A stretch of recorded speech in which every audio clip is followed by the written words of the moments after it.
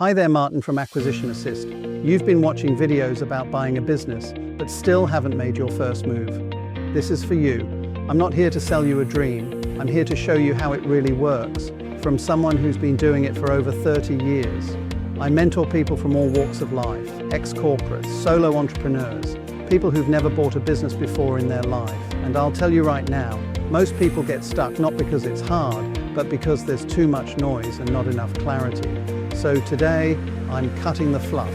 I'm going to show you what it really takes to buy your first business, even if you've never done this before. Let's get started.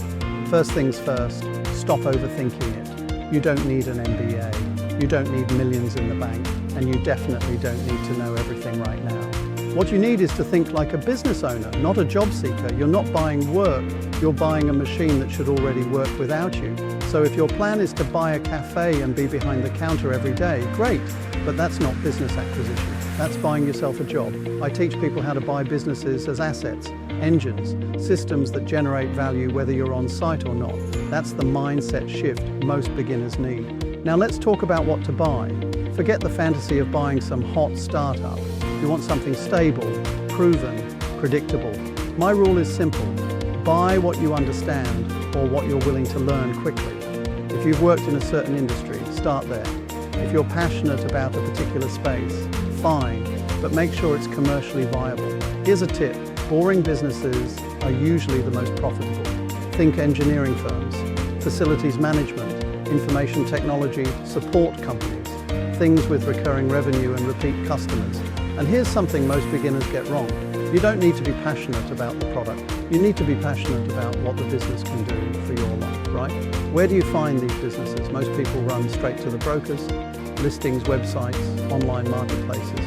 And while that's not wrong, it's also not where the best deals live. The best deals are off-market, meaning the seller hasn't advertised yet, but they're ready to walk away if the right buyer shows up. These are owners in their 50s, 60s, 70s. They've built something great, but they don't want the hassle anymore. Your job is to get in front of them before everyone else does. How? Start by building a mandate. What kind of business, in what sector, with what revenue? Then share that with your network. Accountants, solicitors, business advisors, even your LinkedIn audience. Let people know what you're looking for. That's how the inbound leads start. Let's say someone bites. Now what? This is where most people panic. What do I say to the seller? Here's the answer. Ask questions. Be curious. Listen more than you talk. Your job is to understand three things. Why are they selling? What does the business rely on to make money? What's going to break when they leave? Don't overcomplicate it. Don't pitch yourself as a super buyer. Just have a real conversation. And for the love of deals, don't fake it. Sellers can smell inexperience. Honesty plus curiosity wins every time. I give my clients a simple list of 13 questions that uncover 90% of what you need to know. But here's one for free. Ask, what keeps this business running day to day, and who handles it? That one question reveals a lot. Now let's talk money. Everyone wants to know, how do I value the business? Let me save you months of stress. The price is whatever the seller will accept and you can afford. There's no magic number.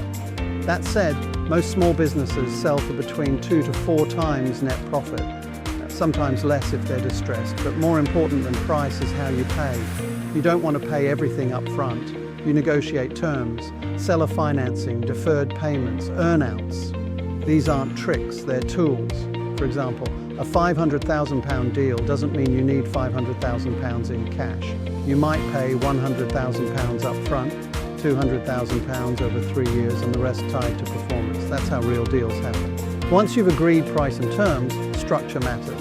If the business is under £1 million in turnover, you should probably do an asset purchase, not a share deal. That means you're buying the customers, the contracts, the brand, but not the legal liabilities. It's cleaner, faster, less risk. And remember, you're not doing this alone. You'll need a good accountant and a lawyer who understands small business M&A, not your cousin's divorce lawyer, a proper SME deal maker. You handle the vision, they handle the paperwork. Let's wrap this up. Buying a business isn't complicated, but it does require clear criteria, smart conversations, creative deal structures, and the right mindset. You don't need another course. You need clarity, a system, and someone who's done this before in your corner. I mentor people through this process every day, step by step. And when they get that first deal over the line, that's when everything changes. Still watching? That tells me one thing, you're serious, and that's a good place to start.